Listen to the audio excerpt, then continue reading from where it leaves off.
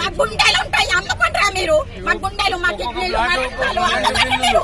మా నిత్యాలు నర్సులు సంపాదించుకుంటారా? మీ పిల్లలకు పెట్టుకుంటారా మీరు?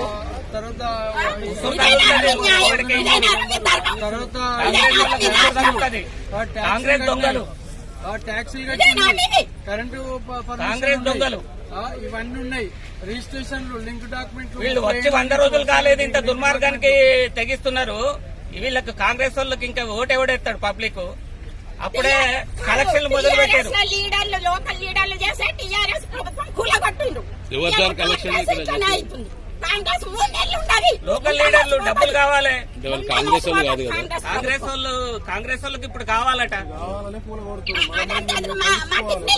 అరే జీవోలో పెట్టిన తర్వాత ఎట్లా కూలగొడతారండి? 118 జీవోలో పెట్టింది గత గవర్నమెంట్ మీద మేము ఫైట్ చేస్తే. ఎల్ఆర్ఎస్ ఉంది, మున్సిపల్ పర్మిషన్ ఉంది, 30 ఏళ్ల క్రితం కొన్న ప్లాట్లు ఇవి. ఇవాళ వచ్చి ఇది ప్రభుత్వ భూమి అని చెప్పి అన్ని దొంగ పనులు చేస్తుంటా. ఇవాళ కాంగ్రెస్ నాయకులు ఇక్కడ కబ్జాలు చేసిన వాళ్ళు లేరా? మేము చూపిస్తాం వాళ్ళ కబ్జాలు. ఇప్పుడు ఇక్కడ గవర్నమెంట్ ల్యాండ్ అమ్ముకుంటే వాళ్ళ దగ్గర డబ్బులు తీసుకుని వాళ్ళకి కూలగొట్టిరా? ఇదే రెవెన్యూ అధికారులు కూడా లంచాలు తీసుకున్నారు కదా. రైతులకు 5-5 లక్షలు తీసుకుని రిజిస్ట్రేషన్ చేస్తున్నారు మేడిపల్లి 62 సర్వే నెంబర్లో. ఎంక్వైరీ ఏమన్నాడు? 5 లక్షలు రైతు దగ్గర తీసుకోకపోతే 30 నెలలకు రాస్తాం, సస్పెండ్ చేస్తారు ఎంఆర్ఓని, కలెక్టర్. వీళ్ళట ఆర్డీఓ ఏమంటాడంటే కాంగ్రెస్ నాయకులు ఎట్లా చెప్తే అట్లా వింటామంటారు. అదే ప్రభుత్వ తీరు, అదే అధికారుల తీరు. గులాంగిరా ఇదేమన్నా? వీళ్ళు అయ్యవ గుట్టిన వాళ్ళు కాదు, వీళ్ళు కరెక్ట్ చదివిన వాళ్ళు కాదు. చదివిన వాళ్ళు అయితే ఇట్లా చెయ్యరు. అయితే వాళ్ళు చదువుకున్నారా? సంట దాచిన వాళ్ళు వాళ్ళు. మరి రిజిస్ట్రేషన్ అయినప్పుడు ఇది గవర్నమెంట్ ల్యాండ్ అని చెప్పాలి కదా మాకు. చెప్తే మేము అప్పుడు ఆపేస్తాం. మాకు చదువు రాదు. మేము కూలీనాలు చేసుకొని కొనుక్కున్నాం నెలకు 500 పెట్టి. ఇప్పుడు వచ్చి ఈ రాజకీయం నాయకుడు వస్తాడు, ఆ రాజకీయం వాళ్ళంట కోట్లు ఖర్చు పెట్టిండ్రంట. ఇప్పుడు మమ్మల్ని దోచుకొని తింటాడంట.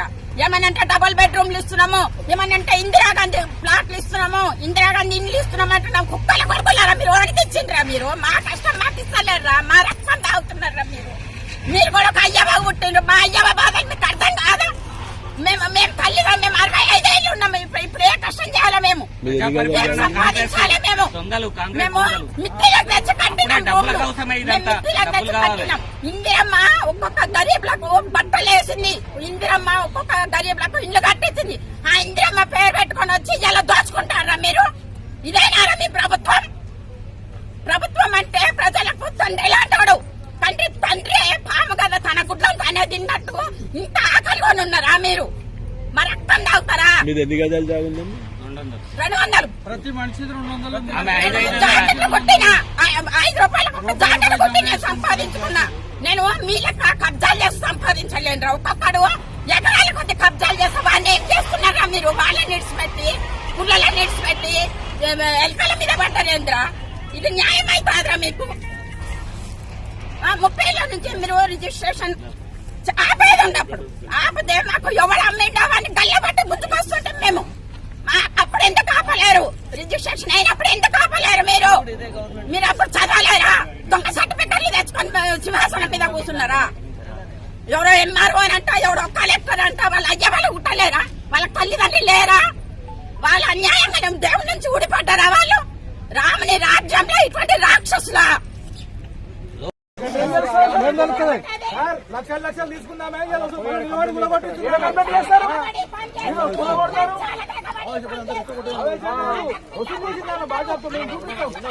కట్టడప్పుడు ఏం చేస్తున్నారు?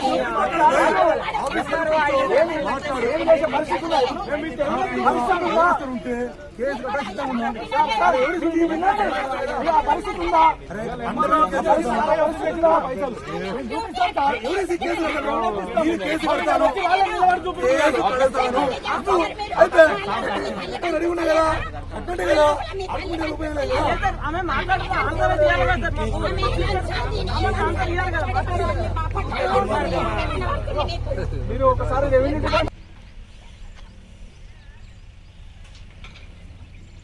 పెంచుకున్న తోట మొత్తం నాశనమైంది.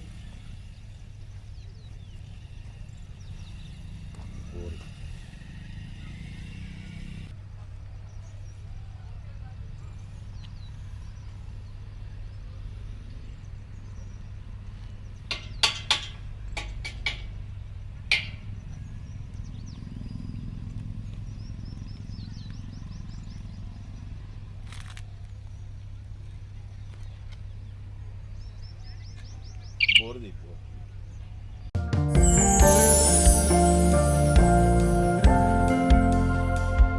లవ్ ఈ అందమైన 4 అక్షరాల బారిన పడని మనిషి ఉండరు, మనసు ఉండదు.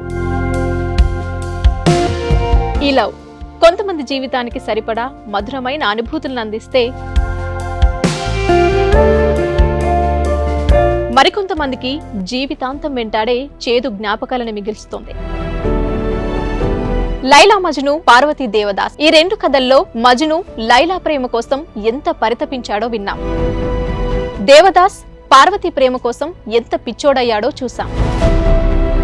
కానీ లైలా మజ్ను ప్రేమ కోసం ఎంత ఆరాటపడిందో మనం ఆలోచించలేదు. దేవదాసు దూరమయ్యాక పార్వతీ పరిస్థితి ఏంటో మనం అర్థం చేసుకోలేదు.